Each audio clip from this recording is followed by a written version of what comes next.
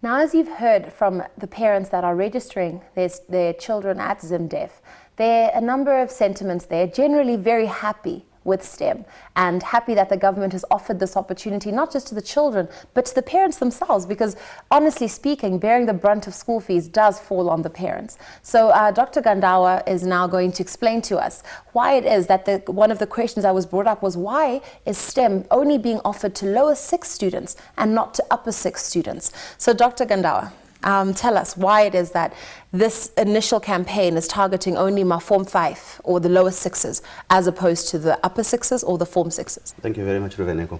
There is always a start. When you are starting a thing, there is always a start.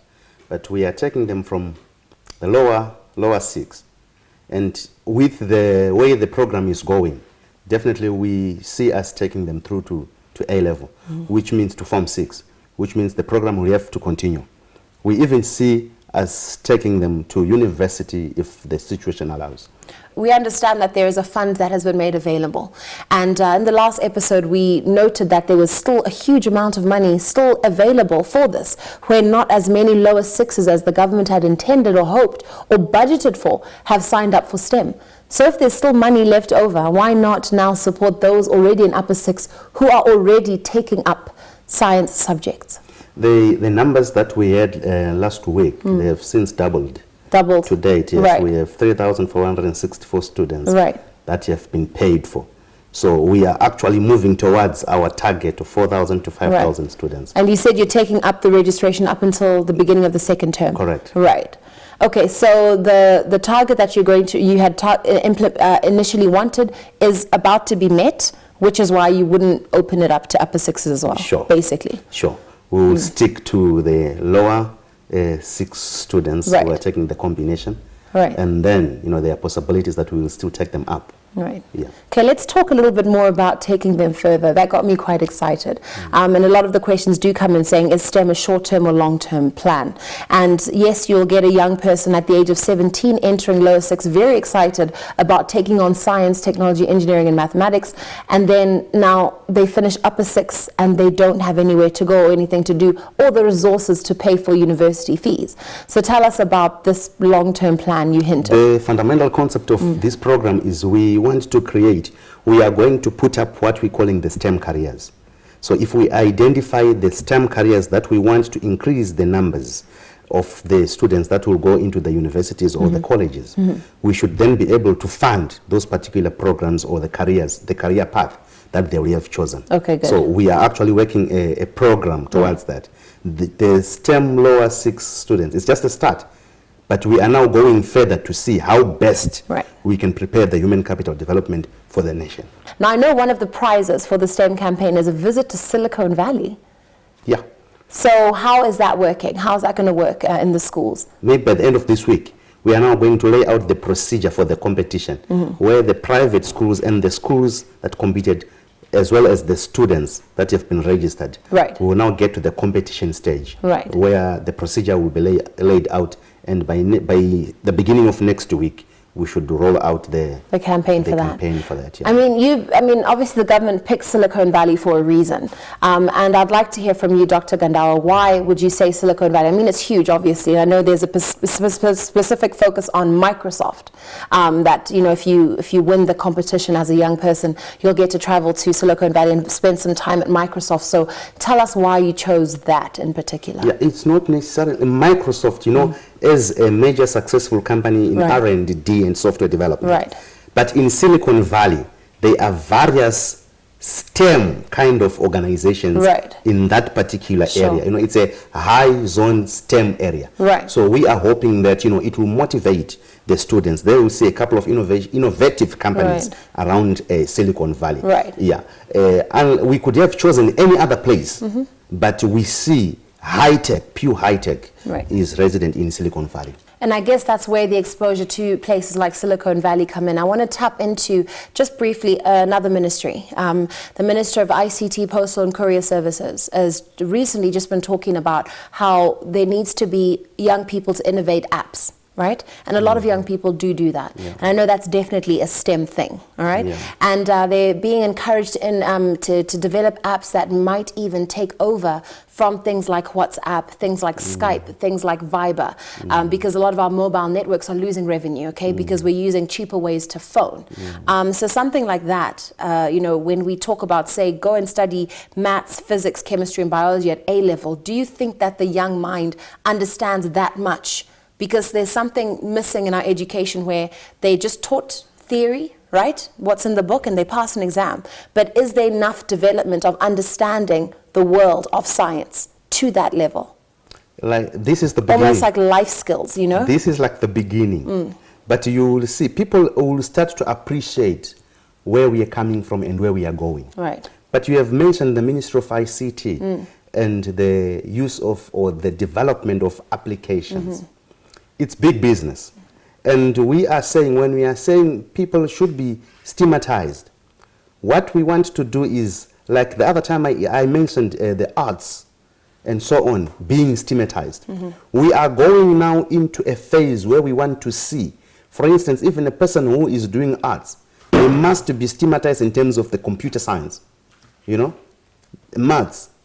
They must be able to do, you know, regression analysis, simple kind of artistic and innovative kind of programs, right, which come with ICT. So I think it is the best thing even to, you know, collaborate with the Ministry of ICT, yes, so that we come up with even centers that will develop ICTs in our people, software development, and many other applications that we use. Unlike, you know, us getting more like international kind of apps, when we can actually develop them ourselves, homegrown, our own. So it calls also for us, the Ministry of Science and the Ministry of ICT, to come up with even centers, you know, centers of excellency, where we have we set up computers, tools to enable, to allow the youngsters, you know, to come up there and develop themselves. Yeah. Now we're talking, okay? Developing homegrown apps, homegrown solutions, and understanding STEM is not just understanding that you must take maths, physics, biology, and chemistry, and have the government, you know, support your tuition fees and your boarding fees. It's about understanding the culture of science, technology, engineering, and mathematics. We'll be right back.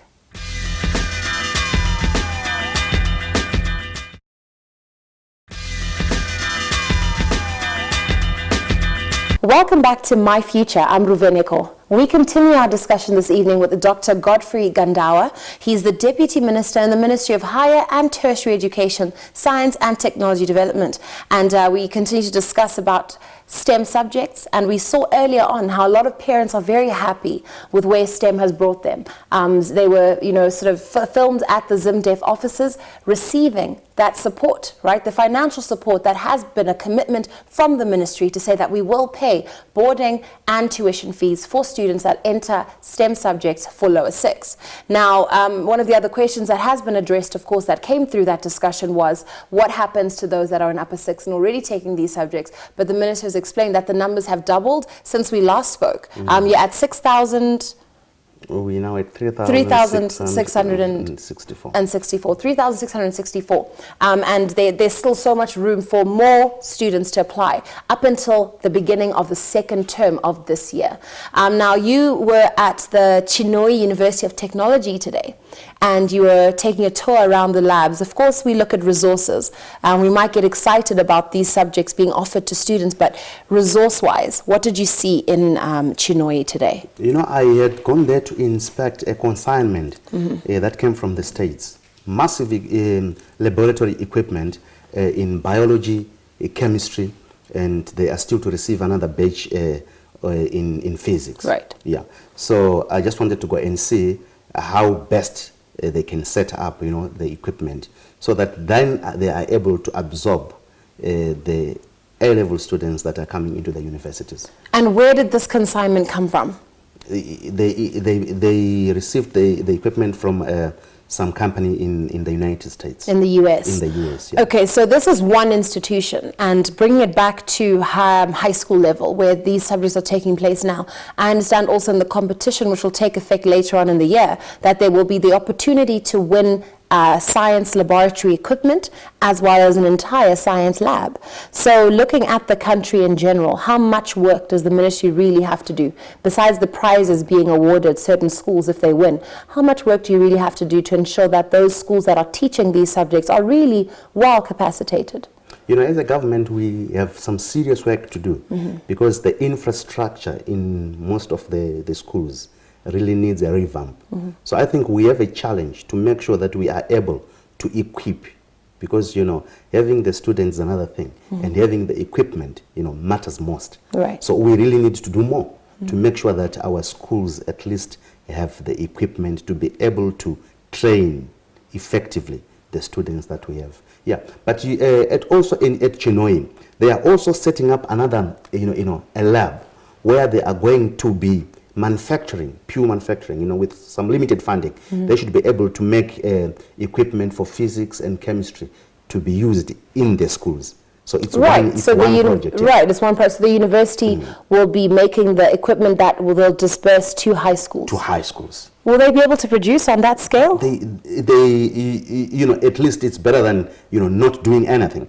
No, 100%, sure. At least if they can start now, and if we are able then to fund those kind of initiatives. Right. So, we are saying our scientists